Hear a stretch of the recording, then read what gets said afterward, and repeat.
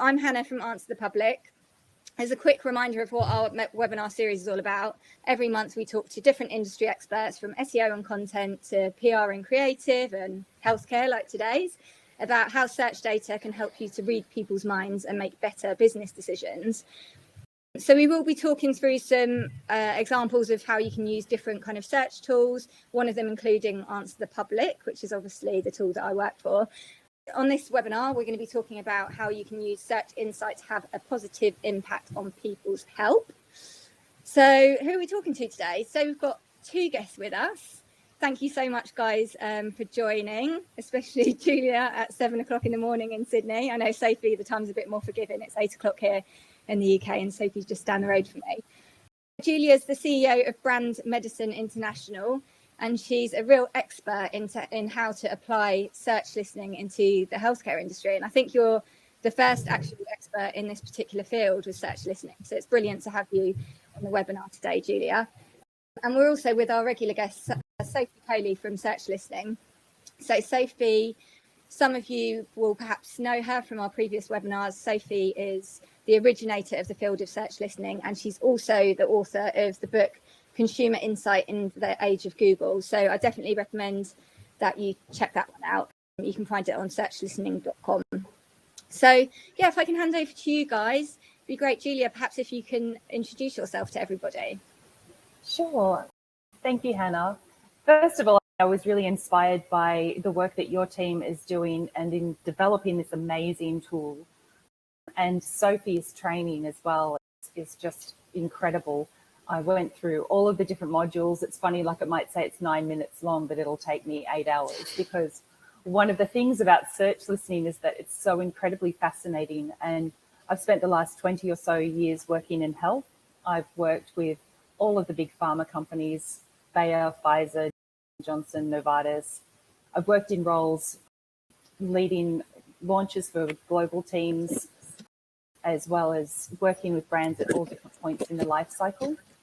And one of the things I'm always really passionate about is the patient journey and understanding that, because the work that we do in pharma is really about connecting patients with the products that they need at the right time that they need them.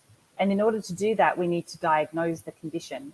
And I think what I see in a lot of different categories that I work in is that there's a lot of churn where patients are exploring different symptoms, going and visiting different doctors, and of course, turning to Dr. Google to explore the symptoms that they have. And this is extending the time to diagnosis. And so what I've found really fascinating about this tool, and why I've spent the last 8 months or so doing nothing really but playing with the search listening, is that it allows us an opportunity to illuminate the last frontier in the communication landscape in pharma. And once you start looking at that, I feel like you can't ever unsee it. So I'm going to be really interested to see how it takes off as well across other people in the industry and what their thoughts are on it. Great, thank you, Julia. That's brilliant. And Sophie, if you don't mind introducing yourself as well. Thank you. Sure. I will just start by apologising.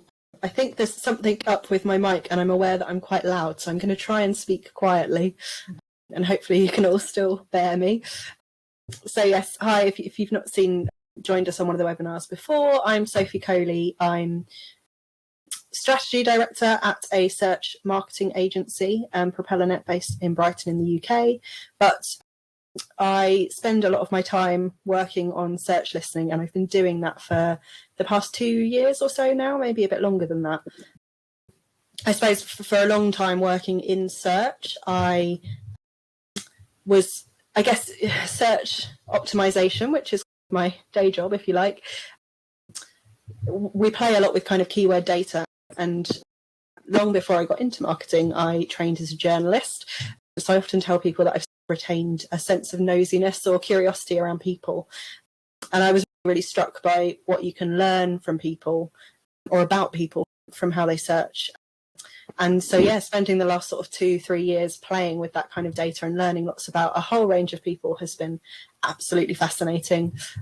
And it's led me on this sort of journey in terms of wanting to educate more people into doing more search listening. I think it's been really interesting to see over the last 10 years, maybe, social listening massively take off as an industry and a discipline. And I truly believe that search listening should be doing exactly the same. So it's exciting to be in the early days of it. And I'm really excited to be speaking to Julia and connected with Julia more recently, just because I really feel like she's taken the idea of search listening and become such an expert on it in the health context, where it's incredibly powerful, as we will explore today. Is it just worth saying, just because I keep seeing the question popping up, but this is being recorded and a recording will be sent out? Yeah, you'll get that tomorrow. And we can also, I've noticed a couple of people asking if we can speak a bit slower, and because of our accents. So we will send you a transcript as well, if you find that useful. Great, thank you, Sophie.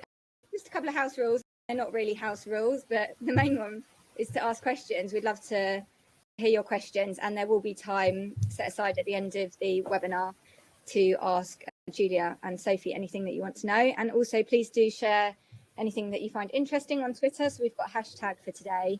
It's hashtag search listening health. I'll just go back to our Twitter handles as well, if anyone wanted to quickly snap those while we're on it. So Julia's at Medicine Brand. I'm at AnswerThePublic and at Hannah M. Foster. And Sophie is at Search Listening and at Coley Bird. Cool, okay. So let's get straight to it then. So yeah, perhaps we can start off then, Julia and Sophie, with the question, why is search data so relevant to health? Sure. I'll start us off here, but I know obviously Julia's got lots of thoughts on this as well. So I should start by saying that it's always very kind when Hannah introduces me as the originator of kind of search listening. I think we definitely coined the term, if you like, but perhaps my journey on search listening started by reading this book. And if you haven't read this book, I think I recommend it every single time I talk about search listening. You should definitely buy it and read it. It's a great book.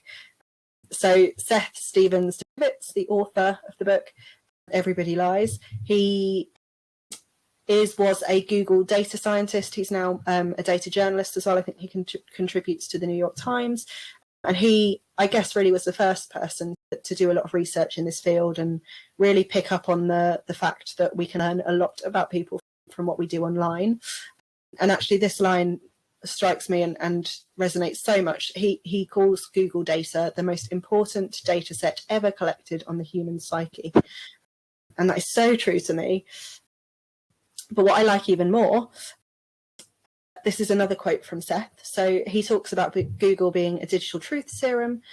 But this line here, people tell Google things that they don't tell to possibly anybody else, things they might not tell to family members, friends, anonymous surveys, or doctors. And I guess that's the intro here into why this data is so relevant in the health space. But I do pause on that point and have a think yourself. Have you ever told Google something that you might not have told any of these people on that list? Because I certainly have. So Google, I only found this out recently, but Google have a vice president of health. It's a guy called David Feinberg.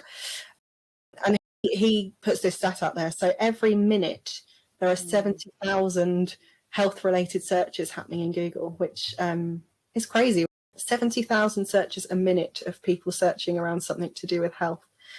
And I think if that doesn't tell you why this data could be so valuable to anybody who works in healthcare, then I'm not sure what. Yeah, I think pharma is one of the industries that really is keen to inform everything we do by understanding the patient. And then there's this data set sitting there that from a day-to-day basis or even an annual strategic planning basis, we're not really tapping into and leveraging yet. And it's massive, like you said. Yeah, absolutely. I also came across this just doing some research in advance of this webinar. So Penn Medicine have done some research where they found that in a study they did, more than half of the patients who ended up going to a hospital for an issue, more than half of them had searched on Google for information on their symptoms, the potential illness, that kind of thing. And again, I'm a sample of one, but I can put my hands up. I know I Google health-related things, and I think I wrote about this in the blurb for the webinar, but I think there's an interesting thing in health where I know in terms of comms campaigns that I've seen in health for a long time, people have almost been wanting to encourage consumers not to Google health symptoms, which I understand why, and we'll come on to lots more thoughts on that. Julia's done some great work in that space, but I think it would be such a behaviour shift that we are used to Googling when we feel insecure or we're worried.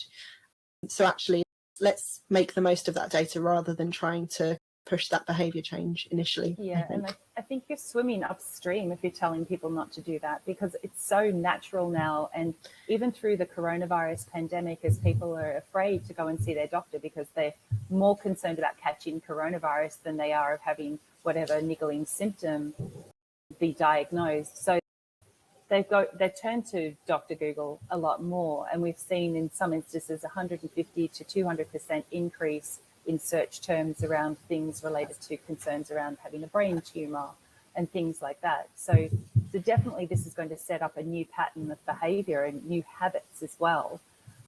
So telling people not to look at Google you're just never going to win that fight. So what we need to actually do, I think, is shift and go, okay, what are they finding on Google, and be there with patient responsive content. And that's the big next challenge, I think, for us as an industry. Yeah. We've got some bits from Julia here. Yeah, so Stella, who's one of your team, I believe, at PropellerNet, is that right? So she said, we live our best life on social media, but we live our real life on Google. And I felt like when I heard that became like very personally relevant for me. This is sitting outside at a radiologist's office outside while my son's having a full brain and spine MRI. And like the whole time that he's in there, which is a really long hour and a half, I'm Googling everything on my phone, from what is it, what are the contrast dyes that they're using, are there side effects for that, who are the best doctors, what's the prognosis, until my battery went flat. Now, my parents didn't even know that I was there, and so certainly I wasn't posting it on social media, but Google did. And I think it's a great example of how these search engines accompany people right from the very, very beginning of that patient journey. And so pharma has adapted and adopted social listening, and it started doing those reports more regularly now. But I think what we need to reflect upon is the kind of information that we need, and is that going to be accessible through a social media report? And that's where the search listening becomes really insightful.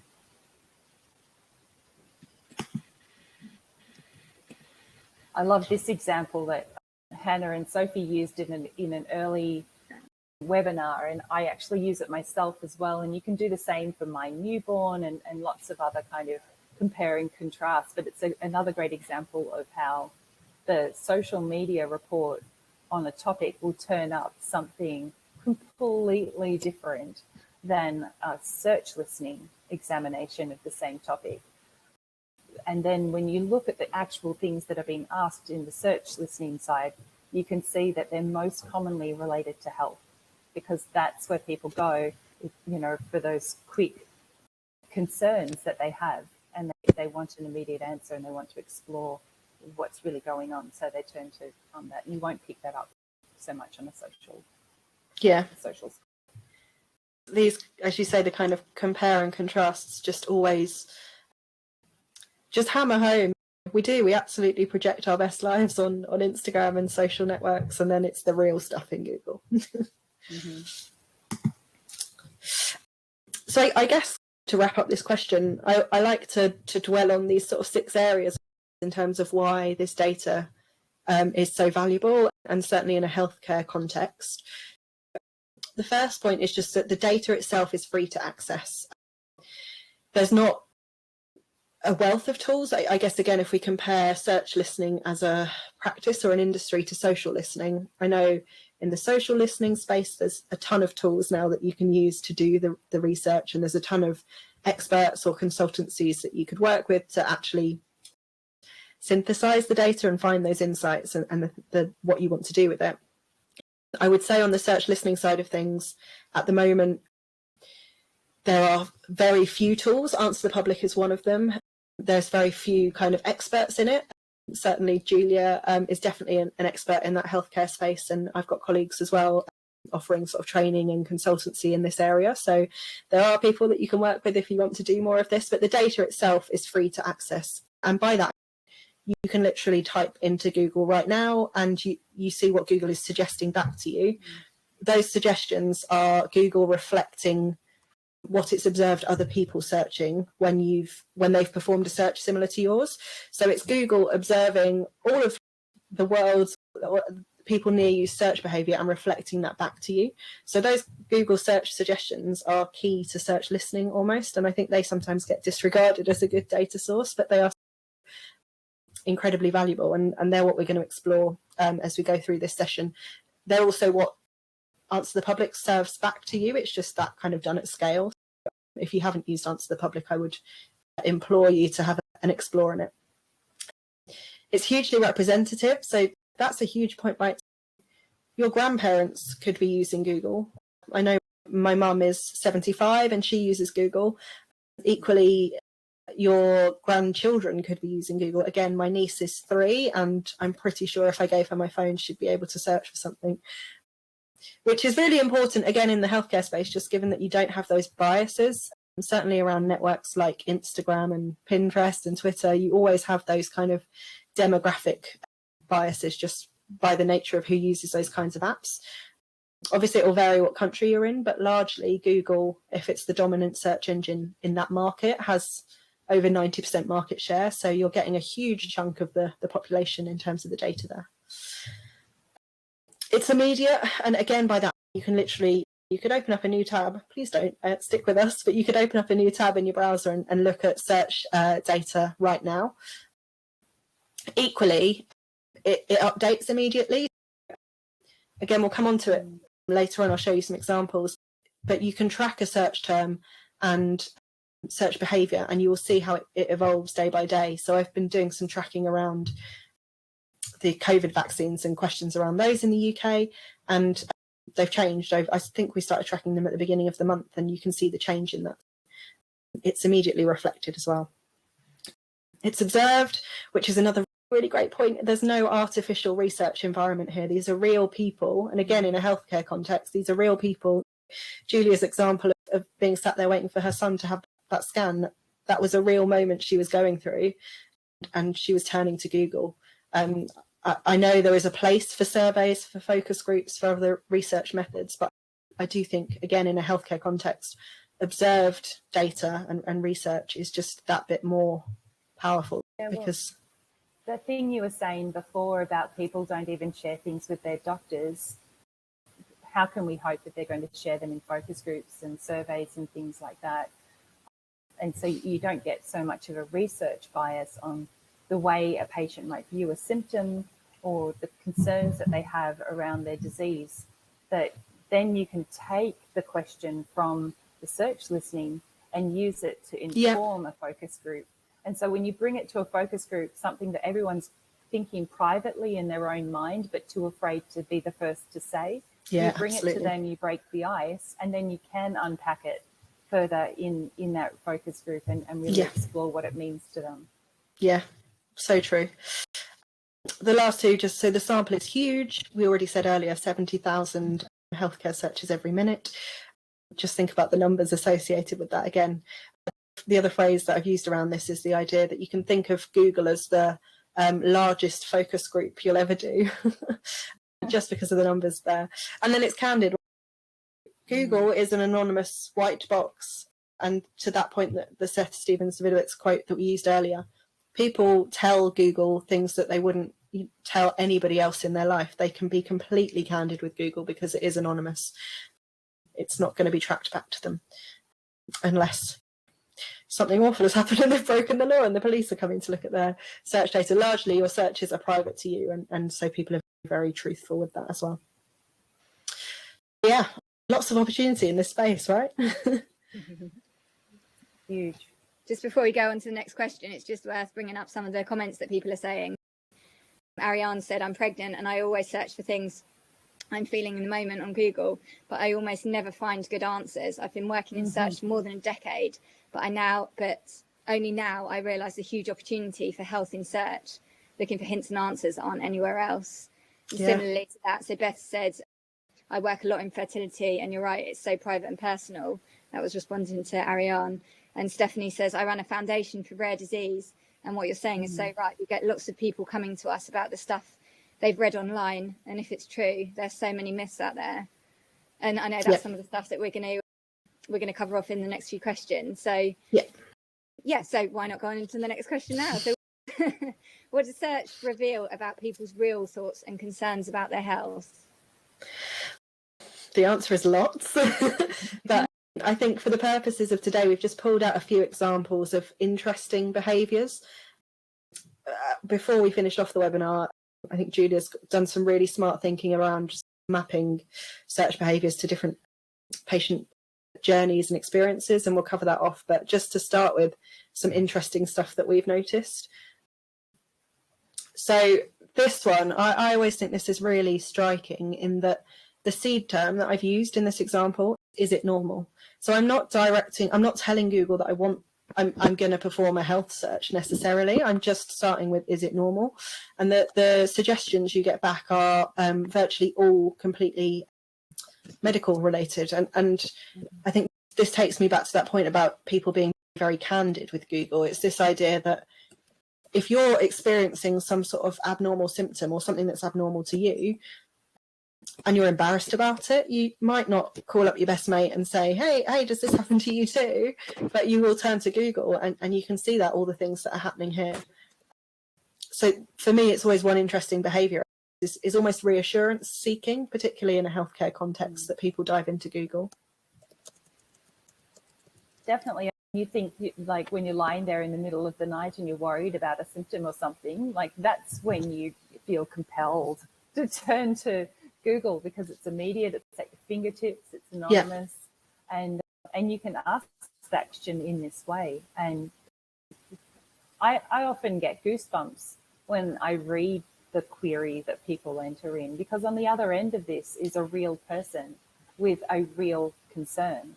And from that end, to Ariana's point, is that's why we as an industry want to start making shifts to be genuinely patient-centric in our ways that we respond to these queries. And I think empathetic as well. Yeah, definitely. So this was another one that I guess as Julia and I were planning this webinar that really struck us. So this is, what does a doctor mean? What does the doctor mean is the seed of the search term that I've performed.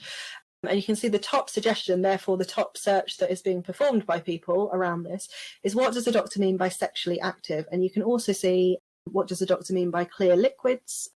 I think the fourth suggestion down. Even what does a doctor mean when they say rest? So this massively struck me as just, what's going on here? This is potentially someone who is going to or has been to see their doctor and has been asked or is anticipating being asked if they're sexually active. And to my mind, is too embarrassed to ask for clarification from their doctor as to what they mean by that. Absolutely. It throws up this thing that the medical profession, there are certain standard phrasings or questions that might be asked, but does the patient actually understand them? Yeah, and the patient's sitting there in that consult, like nodding and smiling, and then being like, I have no idea. And I'm sure that this is just the tip of the iceberg in terms of what they're saying they understand. And well, we know that all the time with the way that doctors give instructions on how to use something. For example, in the asthma category, which I've worked in a lot, there were patients who thought that you used the puffer by doing this. Wow. Because that's how the doctor did it. Because the doctor's not going to put it in their mouth. Yeah. You know, so this is a great example of how the patients are going along with it, but then they're turning around afterwards and they're seeking that clarification. And for me, another great application of the search listening is to inform more inspired conversations between reps and their customers, because the reps can bring these insights about the questions patients are asking about a category and use that to have a really wonderful dialogue with that customer and give them something of value in terms of insights about their patients and ways to have a more productive consultation, so that it's not always just about reiterating those key messages about your brand. It's about building that relationship, building trust, and been a trusted advisor by giving them aspects and perspectives on their patients that the doctors never thought of. And I think this is a great example of that. So what you stumbled across. I should just say, because I've seen a question on it, if you're going to play around with Google suggestions, which I absolutely recommend you do, jump into an incognito browser when you do it so that you're not getting your search history swaying it. It will pull searches based in your broad location, so your country probably will be the top level, but if you want to explore other locations, then you can do that and Answer the Public. You can choose which country suggestions you're getting, so you can do both. What else do we have? So this one really struck me as well, just concerns about life post-diagnosis. And here there's a technique that you can see. So I've gone into Google and I've typed, can I still with cancer? I've then gone back and clicked between still and with and hit the space bar. And that kind of forces Google to bring up the words that complete that sentence. But you can see they've also completed some other ones. So they've given us some extra insight in terms of words between with and cancer, which is where people are specifying what type of cancer they've got. Can I still breastfeed with breast cancer? Can I still work with ovarian cancer? Can I still run with breast cancer? Again, like to echo what Julia said earlier, these ones really hit me when you think about the person who is at the other end of this. This isn't just random keyword research, as you might be familiar with it if you work in a more traditionally search field. This is someone who is potentially terrified about the life that they're going to have or the things that they're not going to be able to do, and they're turning to Google. So again, if you're working in a field where you're able to support people or to make sure they can still do these things, or you just want to support people with cancer, actually understanding specifically what they're terrified of and what they're sad that they're going to miss out on, you can jump into Google and get that insight at the click of a fingers almost. Yes, and it's these discoveries that inspired me to not just map it against the patient journey in terms of the search experience, but bring into it, and we're not going into it too much today because it's a whole other topic, but the stages of grief and mapping search queries and the way that people respond to the information that they discover to what stage of grief that they are as they grapple with a really serious diagnosis. And for me, when I look at this, I see someone who's in that fear stage and bargaining. I actually added fear into the stages of grief for healthcare because the normal stages of grief don't have that. But when someone has a diagnosis, there's definitely a stage where they're afraid of what they're going to lose from the future, and they're afraid of being able to having to give things up, be able to have a baby because they've got cervical cancer, for example. So it's a really interesting kind of way to bring the human element into it as well. Yeah, and that mapping to the grief journey that Julia's done is really fascinating. I recommend that you get in touch with her if you're working in a field where that might be of use, because it's really insightful, the work that she's done with that. Julia, do you want to take this one? Yeah, so this is again the next stage of grief, and you actually talked about this, Sophie, in your training with when someone shifts from thinking about buying something to then owning it, the way that they search changes. So it might be, my Mercedes or my puppy. And so when someone reaches that stage of acceptance around a diagnosis or around a disease and they own it, they search about it in a different way. And this was one of the rabbit holes that I discovered on Google. They put in my cancer because they're talking about my cancer is progressing or my cancer is in remission or whatever they might want to be actually asking. But because Google has these auto suggests that come up, this blog that's gaining traction comes up and it says, my cancer story rocks. So someone who's in a stage of grappling with a very serious disease is going to see a positive spin on their disease there, just 2 clicks down, and go, oh, what's that? And so they're going to click on it, and they do, because we see this is like a runaway thing, in my opinion.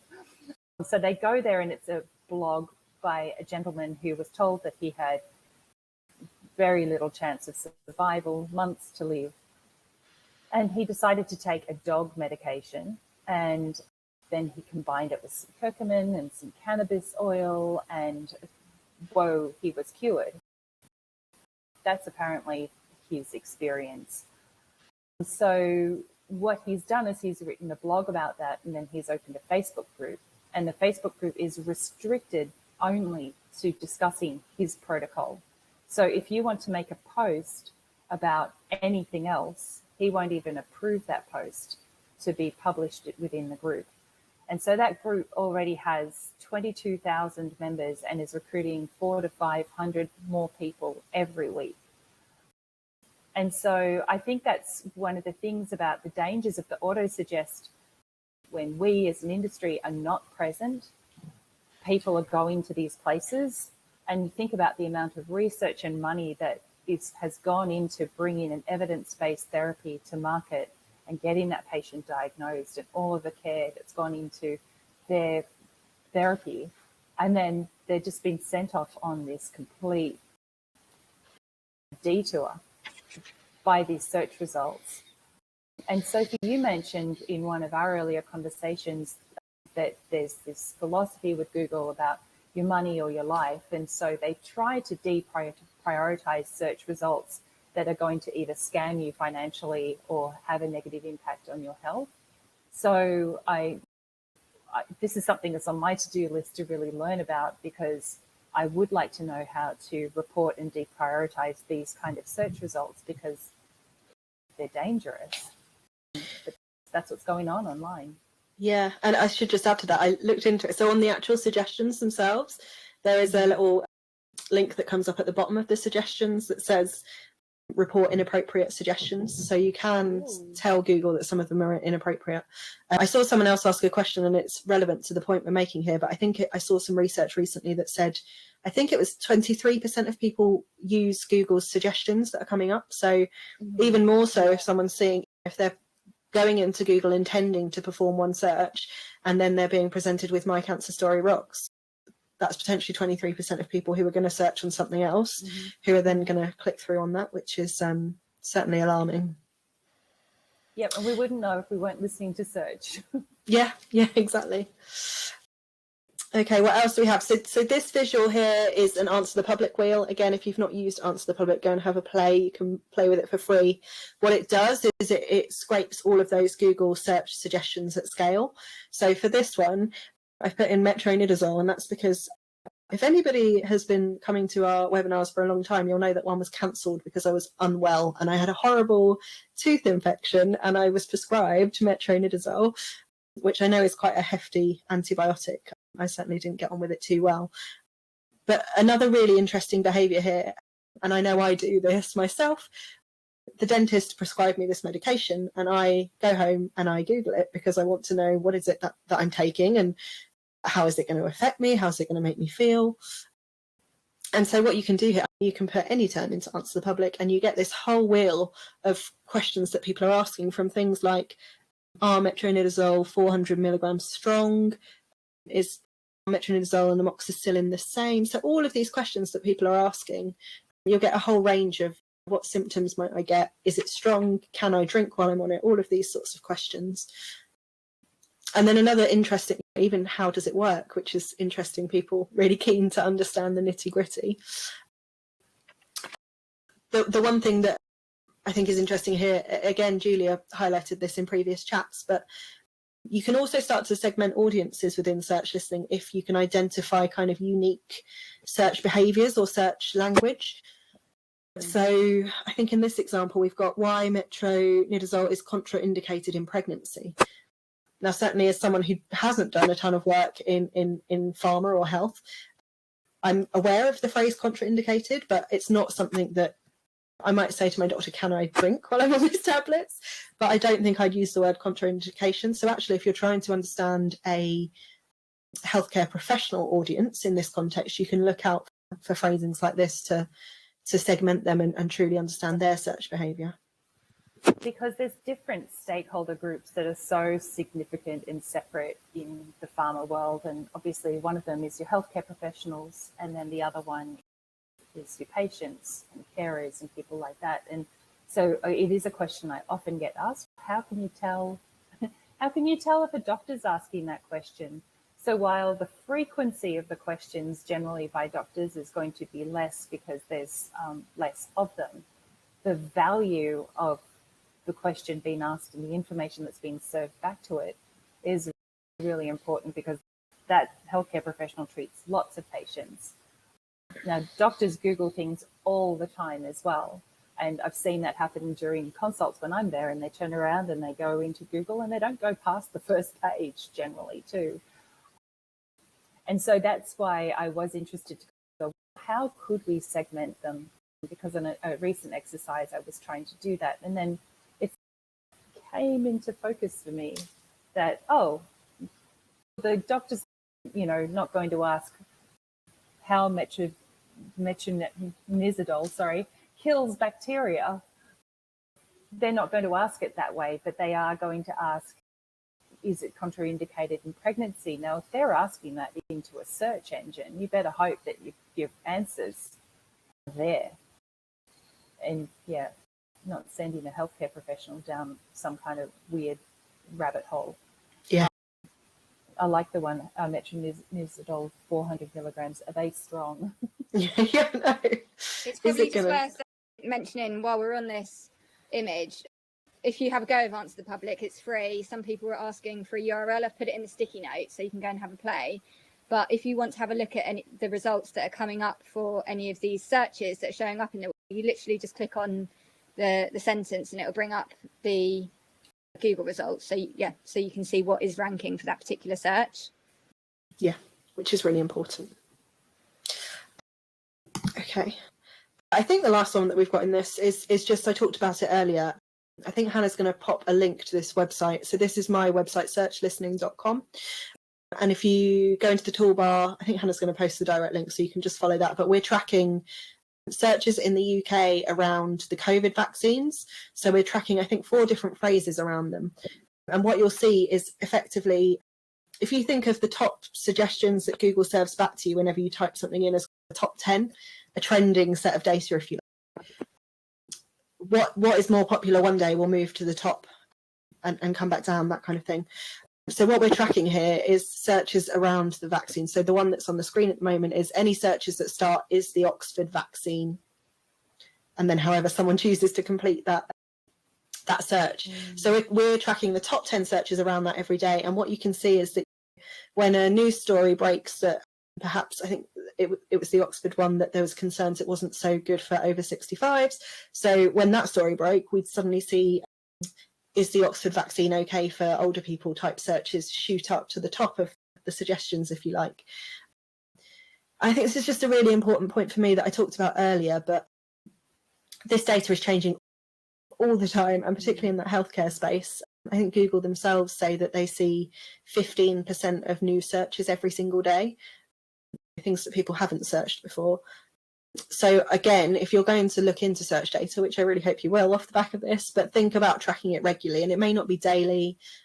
In AnswerThePublic, again, in the pro version, you can set up email alerts around key phrases for you, so you can get a notification in your inbox on a weekly basis when there's sort of new search behavior around a thing that you're tracking, which is really useful. But yeah, it's so important to look at this regularly because things change so quickly. Yes, I did an interactive webinar a couple of days ago to listen to what Australians are asking about the coronavirus vaccine, because we're just at the very beginning of our vaccine rollout.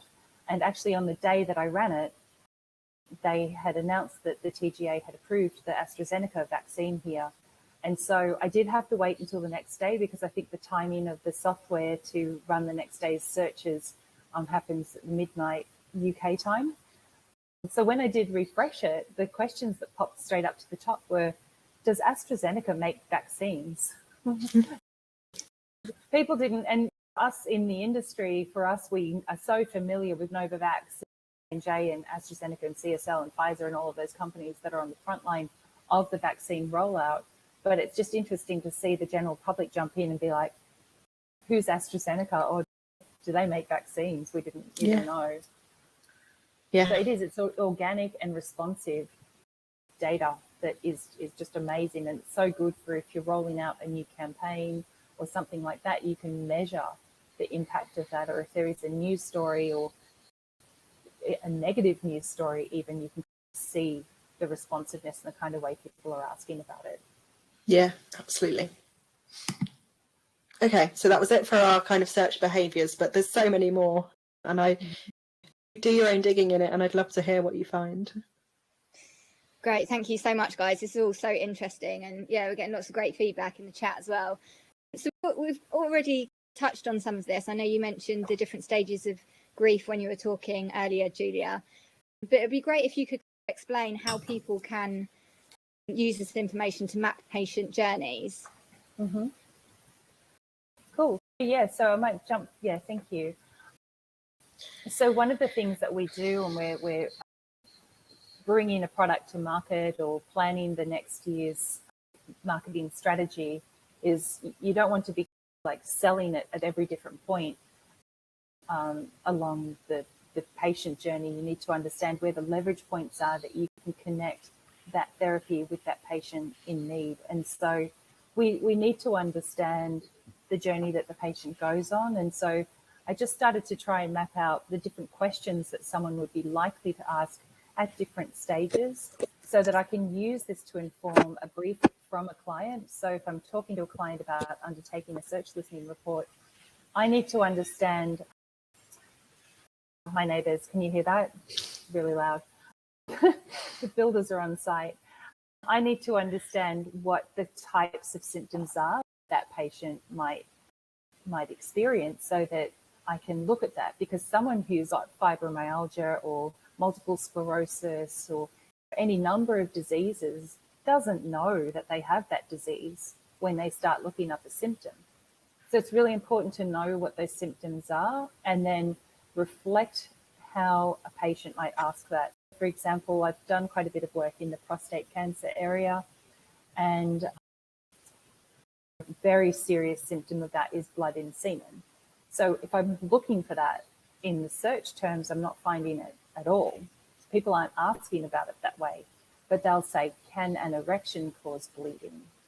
So those are the kind of insights around how a patient sees the symptom and how they refer to it that we can then use to, A, make sure that content is there that encourages them to have a very serious conversation with their doctor ASAP, but we can also then talk to the doctor and say, this is the way that this patient asks about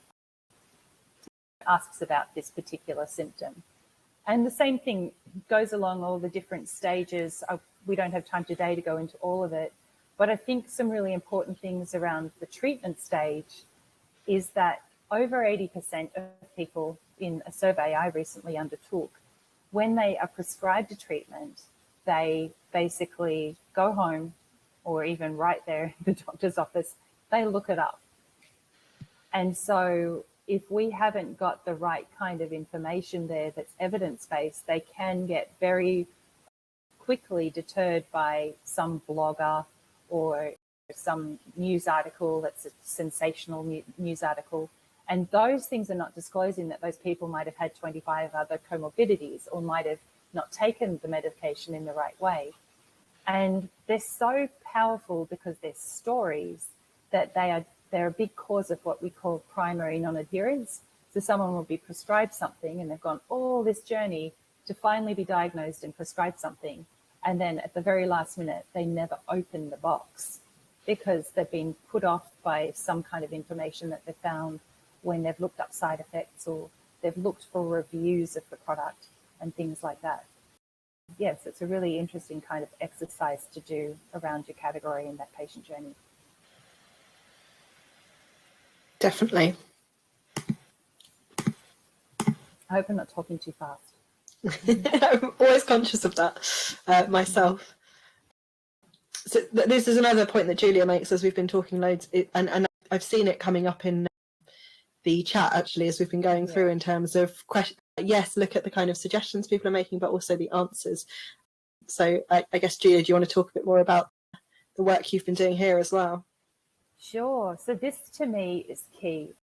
Finding out what people are asking is so amazing and insightful, but understanding where these search engines are taking them and examining the quality of the information that's being served back to them And this is where I've discovered, oh my goodness, our industry has an enormous amount of work to do.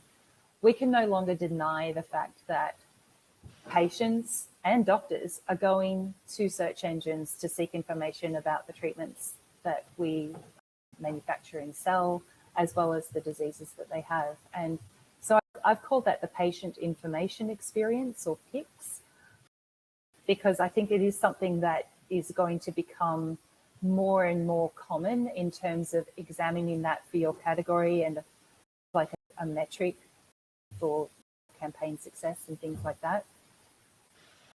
So we do want to monitor and audit what a patient sees in the search results. And that's one of the things I loved about the AnswerThePublic upgrade some time ago, is that you can click through and you can do it for different markets as well. You can be looking at it through the lens of the US market or the UK market or the Australian market and see where that question takes that patient in that market.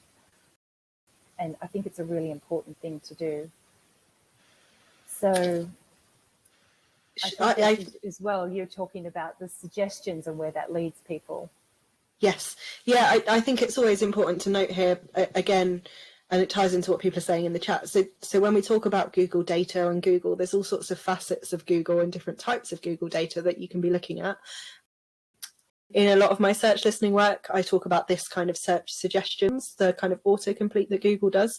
That's such a rich data set that you should be using to understand people and their preoccupations, their concerns, their preconceptions about things, whatever it is, but also recognize that these inform opinion as much as anything else.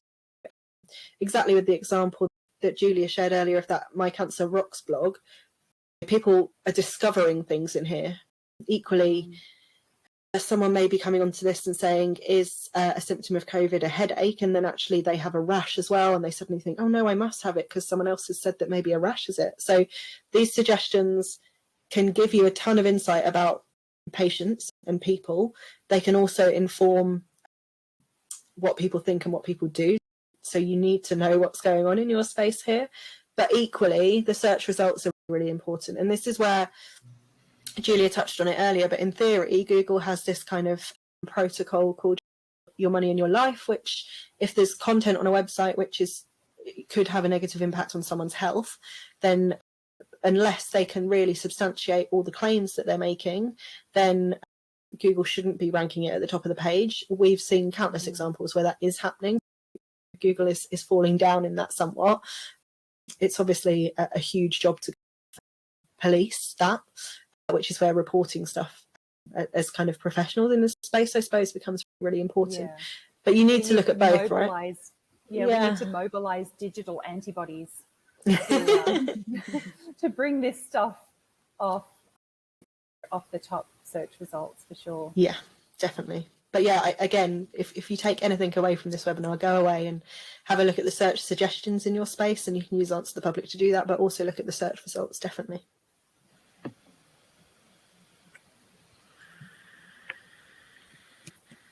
So this is another great example of content that's not patient responsive.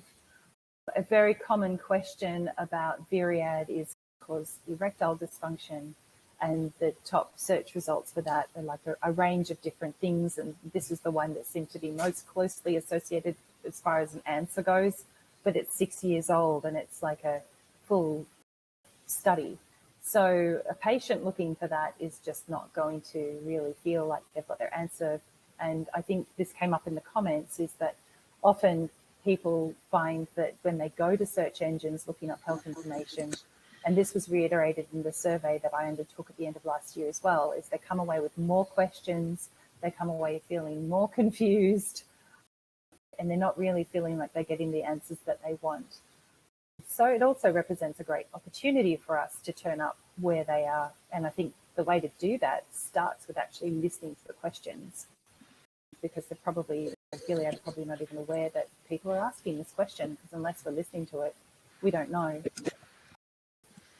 And so that brings us to a feeling that I have about search listening, is that with search listening, we really can listen to patients and put them at the heart of what we do. And nearly all of the clients that I work with always talk about being patient-centric, and I feel like this is absolutely the key to finally turning up in the way that we aspire to. So we want content to be answering these questions that's locally relevant. Like I worked on Lyrica in Australia, but because in Australia we can't have branded pharmaceutical websites published here, the content that people would be directed to is the US website, which had different indications and different doses. So that's not really very helpful for a patient here. We need it to be intuitive so that the patient can understand it. And as you could see with that Myriad example, and I can see in the comments here, a lot of people having the same problem, which is probably why they're gravitating towards the bloggers, because they're writing in a really accessible manner, and so it's more understandable for people. We want the evidence-based medicine to be searchable. So in terms of turning up in response to those questions, a lot of the websites that I've worked on, it feels like you're just putting a billboard on a highway. You're putting it there and you're hoping people come to it. And you're using keywords to, link, hopefully, with searches. But until we start tapping into the long form questions, I feel like we're still going to be buried on page 9. But we can actually leverage Google Ads. A lot of the search results, there's just white space there on the right-hand side. So there's an opportunity to redirect people to evidence-based content through appropriate placement of an ad. And the other thing is that if you toggle across to Bing and you put the same question in there just for curiosity to see the results that are coming back, Wikipedia is often there as well. So making sure that your content is up to date in Wikipedia from a medication point of view is also really important. We need it to be true. We've got to displace the bloggers and the clickbait. And I think we've all seen when we see those questions being asked, how long until my prostate cancer will kill me? Questions like that are absolutely chilling. And I think when I see the results to questions like that, I'm like, oh, that poor person. No one's there to just give them a virtual hug, a bit of reassurance, a bit of guidance. And I think, like a lot of the time, I've always worked with medical writers and consumer writers together to create great content to put online. I feel like almost a lens of a psychologist could be really helpful as well to make sure that the tone is right and the way we're serving back that information is going to resonate with that patient based on where they are along the stages of grief. So, for example, if they're in the denial stage, they'll see what they want to see. So how do we get them to actually pay attention to a really important message about going and talking to your doctor rather than dismissing it as a symptom that doesn't matter because that's what they want to do. They want to be reassured. And making sure content is new as well and not years out of date. And then by measuring in your search listening reports the kind of content that's being served back to key questions, you can give it a score out of 6, and then you can prioritize all of those different things about, okay, which ones are the most important that we're going to address as an organization or as a brand, and we're going to clean up the internet. We're going to deploy our digital antibodies, and we're going to get out there and we're going to make sure that we're offering patient responsive content and turning up where patients want us and need us to be. Amen. Yeah, all of that. I feel like it's great. Sorry. No, it's brilliant. It's brilliant. And I think to give people an actionable framework that they can take away and actually use to audit stuff would be great. So yeah, I hope that's valuable to people. So I think that's it. Yeah, I think on to questions now. Thank you guys so much. I know that was really valuable. Lots of people are getting lots from what you've both been saying. I think some of the questions that have come through have actually been asked as you guys have been talking. So for example, someone was asking about the results on Google tend to be ranked that are on page 1 are either paid or sponsorship or keyword directed rather than being that authentic content that we want to get out there. But I think a lot of what Julia's just been talking through then will help people to get the content that they're creating ranking higher and making sure that it's the relevant content for those search queries. I'd just add to that with the your money or your life stuff, like Google puts out lots of guidelines in terms of what it wants to see. I think someone posted about it in the chat. I saw it briefly, but there's sorts of things you can do. So there's speak to the search professionals in your organization for detailed advice on this, but there's stuff like author schema markup that you can apply to say this article has been written by a medical professional and therefore Google ought to trust it a bit more, so you're just making it more obvious. Things like linking out to any medical claims from like a medical journal is always really good. Keeping exactly what Julia was saying, keeping everything really up to date and consistent so that you can see that it's not 6 years out of date. Google ought to, in theory, rank it higher if it can see those things. So there are other things you can do. Yeah, and I think if we're not listening to the questions, then we're not able to turn up because we can't correlate our keywords with questions because people are asking about it in a completely different way. And I think that example from prostate cancer, it's like there were no words that even overlapped except for blood. So one of the questions here is, how do you refine your search on what other people are searching for instead of is it normal? If you're in a niche area such as specific mental health or digestive health, I think that comes back to the way that you use AnswerThePublic, and you put in one word, one key term, and then that will populate all of the questions around that key term. And then you can examine within those the ones that you anticipate are relevant to your category. And I do get a lot of people in rare disease areas and things like that actually asking for assistance because that's looking for the needle in the haystack. But when you've got a data set of 70,000 queries per, was it? Minute, that those questions are going to come up, and so you are able to find them, which is really amazing. And I'd echo, just start broad, and then I always say you can almost go down little rabbit holes. Like you might just find some phrasings that you can use then and go back and rerun the report with that as your focus and keep evolving it. While we're on that, have you got any tips on, someone was asking earlier, saying that they were amazed by how few results they get with their search, the words that they're searching, and was wondering what to do about that. So what, they're not getting good enough results back? Yeah, exactly. Like I mean, just keep playing with what it is that you're putting in there and try as many different phrasings of it as possible. Sometimes we see, particularly in AnswerThePublic, people run into issues if they try and put too much into AnswerThePublic. So you might just want to put my mental health. You don't want to put my mental health is bad, because you're almost completing, the beauty of AnswerThePublic is that it will complete the search that you start. So you don't want to complete the search yourself. You just want to go with those very few seed phrases. So I often tell people not to use more than 2 or 3 words if they can help it in AnswerThePublic. Yeah, Great. and also there will be some categories where there won't be a lot of noise online. Yeah. So the other day I was asked to do a quick examination for a hospital brand. So it's given to patients in hospital. It's used by specialists, and I guess the specialists are well served by the reps. So kudos to the company for that. And patients don't even know that they're getting it. It's an injection. They don't know what the product is, and they're not in a situation where they're going to get on and Google it. Well, I'm taking this now for the next 12 years. I better know what it is. So there was like barely anything, like nothing. And so I think there will be situations like that.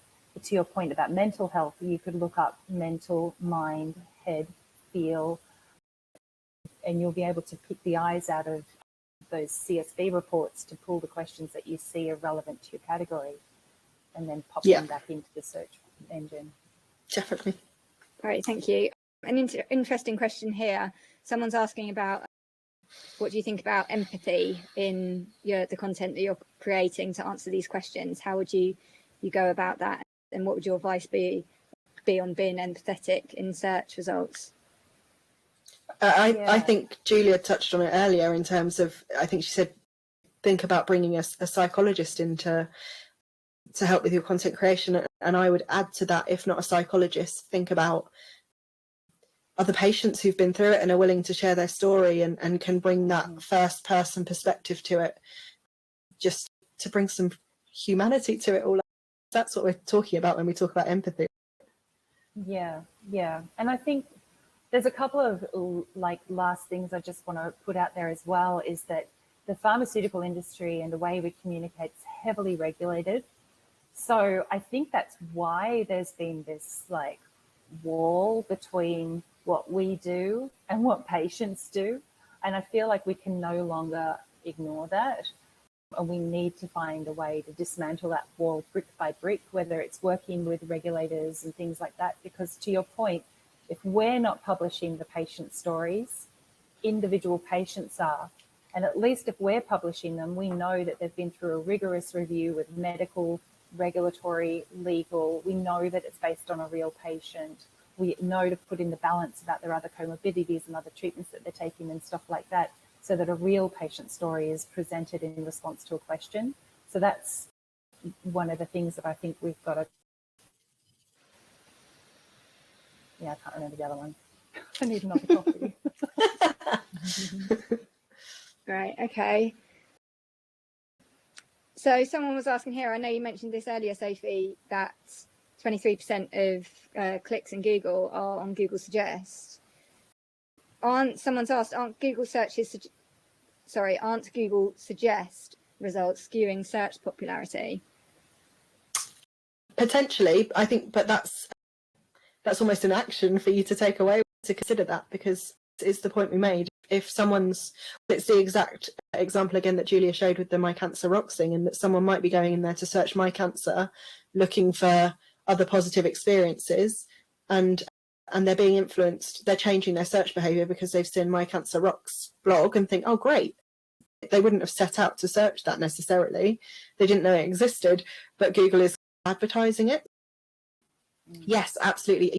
Use the suggestions to understand people, but also recognise that they influence as much as serve up insights. And to your point, Hannah, with the question that's just been asked, like it does then build on itself, because then Google recognises it as popular and continues to serve it up. So it's like a runaway train. And unless it's nipped in the bud, I haven't looked today, but I imagine there's probably close to 25,000 people in that Facebook group now. It's terrifying. Great, thank you. I know we're just running over time, so I'm going to ask 2 more questions while we're here. The first one has been popped up in the chat twice. How do you respond to the challenge of clients asking how many people are searching for certain search terms? Clients are seeing data-driven insights, and I think that it needs this to be credible. My favourite question. I get asked this a lot as well. I get asked this a lot as well. It's been the bane of my life for many years working in this space. It is a challenge, and you're absolutely right in that people are conditioned to think that insights are meaningless unless there's huge numbers behind them. A few different points that I would use is, one, it's a very sort of cop-out answer, but I like to encourage people to think of Google data as almost like a mass focus group. And I guess if you think about how you'd approach a focus group, I don't think you'd disregard learnings that you took from a focus group because only one person in the focus group said that thing. Like, it's still an insight. So you might want to take things from search and then back it up with a survey. I think Julia touched on this earlier as well, that you might find something in search that people might have been embarrassed to raise in a focus group, but if you then do a focus group to elaborate on it, you get that kind of validation of the data. The other technical, boring answer to it is to remind people that traditional keyword volume data is all geared up to support the paid search industry. Therefore, actually, if you use a tool like Google's keyword planner tool, which is where a lot of people will get search volumes from, what people tend to forget, because it's just a de facto thing for the industry, is that data is actually ad impressions. So it's how many times has that search term triggered an advert. It's not how many times has it been searched. And for that exact reason, you can use extensions. There's an extension called Keywords Everywhere, which you can use as a browser extension and overlay on AnswerThePublic, so that when you hover around the map, it will tell you how many people have searched for each term you're seeing. If you do that, and I've seen countless demos on YouTube of people showing how to use AnswerThePublic, a lot of the terms it will say there's 0 searches a month for this or 10 searches a month for it.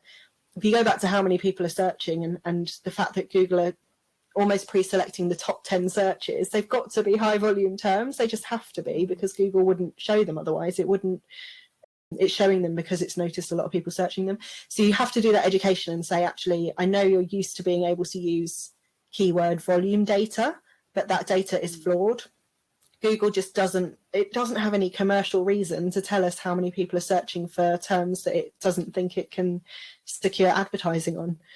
So it's long term, it's something that I'm lobbying to change, and I'd love to get Google on board to release the volumes behind those data. So yeah, sorry, rambly answer, but it's like a mindset change, I think, in terms of reminding people that just because keyword volume data exists doesn't mean it's actually accurate, and try and think of the data as more qual focused than quant focused.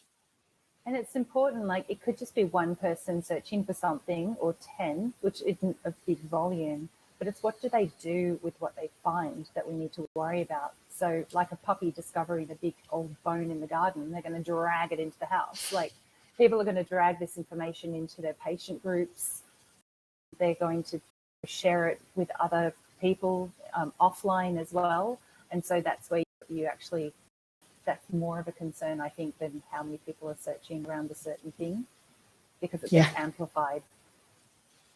Great, thank you. Okay, one final question. We've gone about 10 minutes over, but I think it's really important to on this webinar because there's so many brilliant questions and great content from Sophie and Julia. So the final one is, what is the difference between spoken, so voice search, and written words? So someone typing into Google when it comes to the data that you guys have been talking about. I love this question.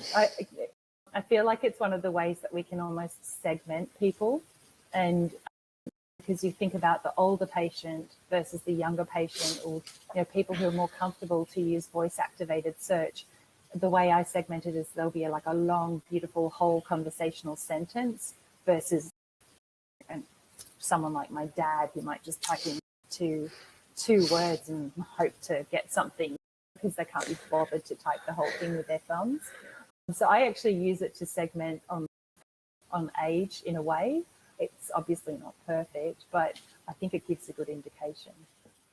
It's another, the question is great because it highlights another point about why this data is so valuable, which is that people who, for whatever reason, can't physically perform a search are included in the data set. So Google's suggestions, as far as Google tells us, the suggestions are reflective of the searches that are performed by typing and by voice. They're just merging the two data sets effectively. Obviously not telling us specifically which is which, but exactly what Julia just said, that you can start to identify more kind of conversational searches.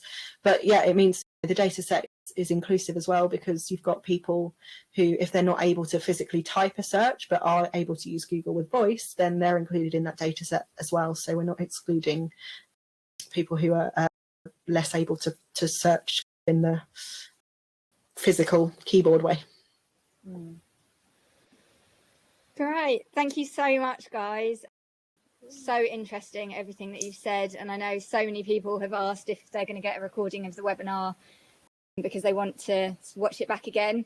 That is going to happen. We'll be sending you some follow-up notes tomorrow. Anyone that didn't get to ask a question that wanted to, I'll send you details, Sophie and Julia, so you can connect up with them on Twitter, and you can pick up the conversation there as well. Our next webinar, we've got another one coming up on the 24th of March. So that one's going to be with Mark from alsoask.com, which is another Google Insight tool.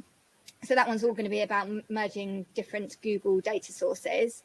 So if you signed up to this webinar today, you'll be getting an invite to that automatically. Or if you're watching a recorded version of this webinar, just go to Answer the Public, click on Learn in the top nav, and you'll find our webinars hub there, so you can subscribe that way.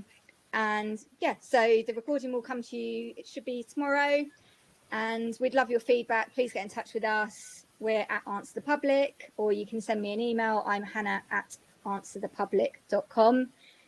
And that's everything. A huge thank you again to Julia and Sophie for being here today. It was absolutely brilliant, and I know that the information that you've given to everyone is just going to be so valuable. So thank you, guys. Thank you, Hannah. I really appreciate the invitation, and thanks, Sophie, for all the inspiration. Maybe we'll possibly do a part 2 at some point in the future. I'm bang up for a part 2. I feel like there's so much we could have talked about. I could have kept going for hours, and I'm sure Julia could as well. yeah, definitely watch this space. Okay. Great. And thank you guys for everyone that came today as well. We really appreciate you sparing the time to be here. So hopefully we'll see you at the next webinar. Thanks, guys. See you later, guys. Bye. Thank you.